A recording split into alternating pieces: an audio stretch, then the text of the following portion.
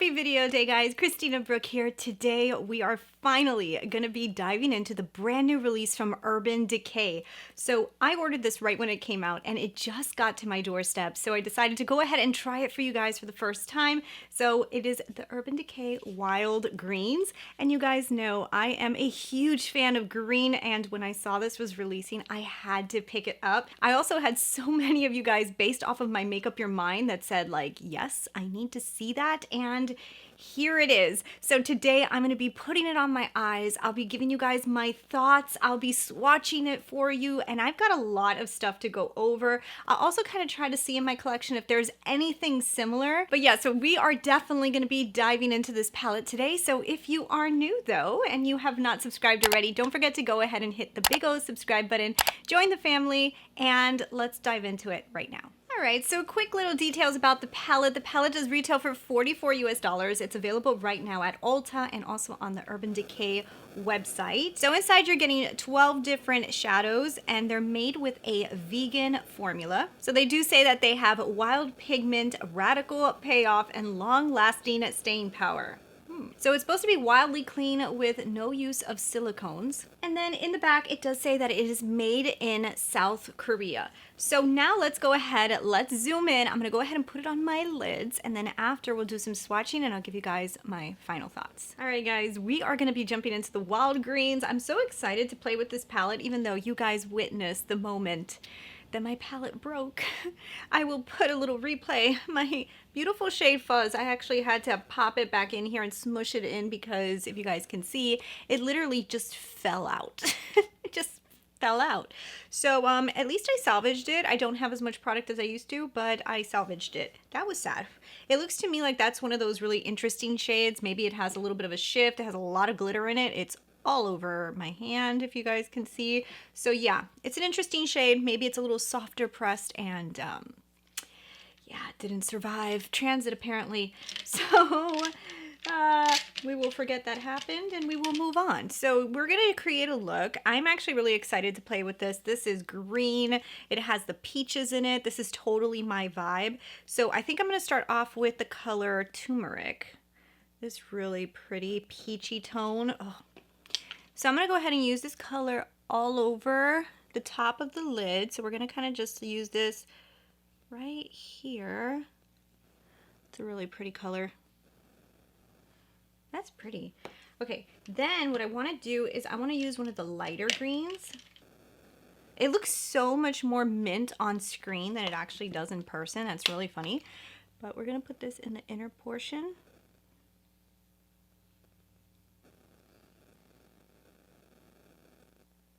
This kale color on the outer portion. Ooh, that's brighter than I thought. Lime greens that are like super in right now, that I keep buying all my clothes in this color, which I just got a huge Zara order and a lot of the stuff is this color. I don't know if I love or hate it, to be honest with you guys. I'm still trying to figure that out. This color called Fuzz that broke everywhere, and I want to put that in the center.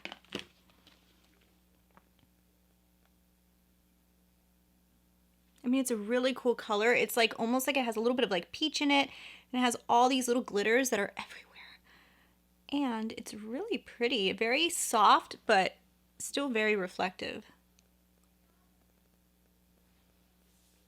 That's pretty. Okay, so we want to keep on playing with colors. So instead of doing what I would typically do, I think what we're going to do is grab into another color just to try more. So what I'm going to do is jump into Kickback. I'm going to put that on the lower lash line. I'm trying not to drop things today. It feels like I'm very klutzy.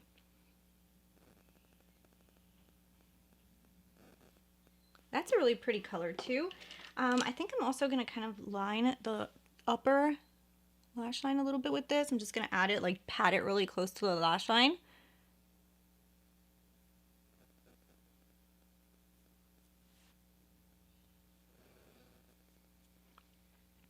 A little faux liner there. That looks really pretty soft, muted. One right here. And I'm going to kind of just put that on the lower lash line.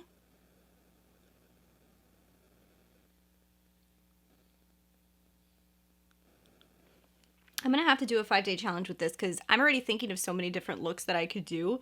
And in this time, I just kind of want to use so many colors, but I feel like just using like 2 colors together on this palette is gonna be like amazing. All right, I'm gonna jump into that super green color, which is that like fluorescent green that I put, and I'm just gonna tap it right here.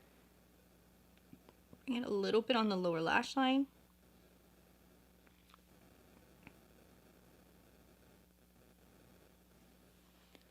Cool. All right, let me go ahead, finish off the eye, put on mascara, do the other eye, get this whole look together, and then I'll give you guys some initial thoughts on the palette, and give me 1 minute. All right, so you guys can see this is the final look, and look, I have to say I actually kind of like this palette, especially some of the colors that I used. I will be completely honest that usually I like greens to be a little bit more on the darker, a little bit dirtier shades than these more lighter, more pastel-y greens, and you know, like most of these that I used have a little bit of a lighter hue. However, that being said, going into the spring and me knowing what is going to be in for spring of 2022, these colors are like literally right on the money to what you're going to be seeing in fashion, especially like these lighter lime greens, the more pastel colors. Like this is just basically on trend. And all of the colors that I used today, they blended really pretty. I have to admit, there was a lot of pigment on some of these shadows that was not expected, especially on this limer green color here, the super greens. I'm actually pretty shocked with the amount of pigment that came off of that one.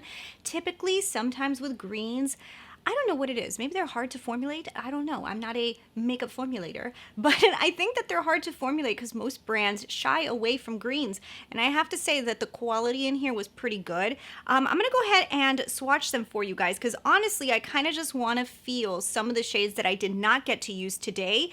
I will be doing a 5-day challenge on this because we need to use this more.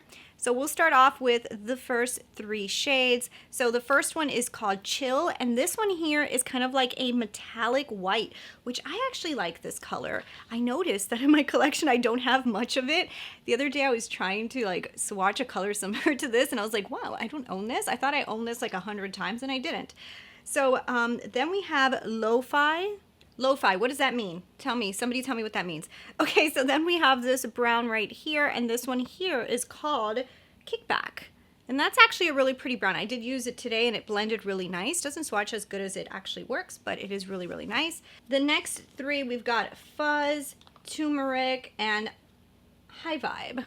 So Fuzz is the one that broke when it came in transit to me. It's like a peachy pink, and then it has all these really beautiful green shifty glitters in it that kind of shifts like to gold, I think. It's so pretty. A lot of dimension in that shadow, but it is a little bit more sheer, so it's more like a glittery thing. Then we have this one. This is a really pretty color. I used this one all over the lid today, and I'm really excited with it. I think it was really good, and it's called Turmeric, which is a very popular color also going into spring.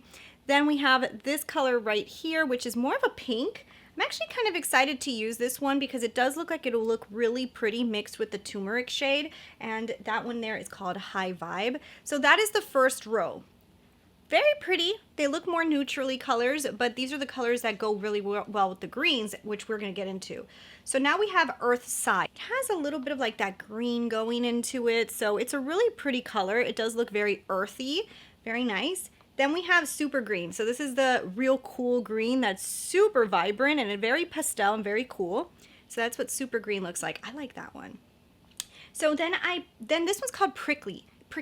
This looks like a really pretty shade. I did not use it today, but it has a little bit of like a blue base to it. In my Make Up Your Mind, I knew it was going to look similar to this, so I'm actually excited. It's very similar to the color I thought it would be, so that's cool. So then we have the color Twist. This one also looks like it could be so pretty mixed with like a brown like this one. That could be very, very, very pretty. And that's what it looks like. So then we have the color Kale. Kale is also really nice. I use this one on the outer edge. It does go a little bit more neon-y green, like that green that's very in, like I said. And then the color Stash, which is probably my favorite color in here that I didn't use today, which I know I would be using this all the time in my 5-day challenge, but that is a real beautiful hunter green metallic. deliciousness, okay? So that's basically all of the shades. I'll go ahead and show you guys some daylight swatches so you guys can get an idea of what it looks like. For the palette itself, guys, I have to say I really like the pigmentation here. I do think most of these shades actually do show up pretty nicely on the lids, but it is a lighter toned palette. What I think is missing here, okay, because I always feel like when I see these color stories and I swatch them and then I start thinking of looks that I'm going to create, what I think is missing here is a brown maybe a little deeper than this one, maybe a little bit richer that I could really mix it in with some other colors. We'll see. I'll be playing with this one a lot in my Make Up Your Mind to see what goes on here. Another thing would be in the green section. I love this metallic-y, mossy, very huntery looking green, but the problem is I wish there was also a green matte that was very deep so that I can kind of mix it with some of these lighter shades.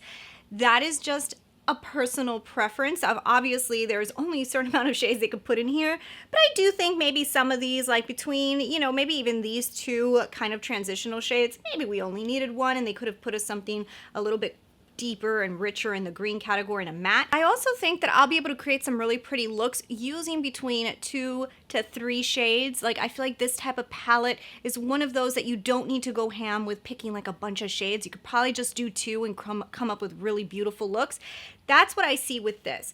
When it comes to the quality, I actually think that this is probably one of the better quality palettes from Urban Decay. I've owned some of their palettes that were never like super shocking or super amazing to me.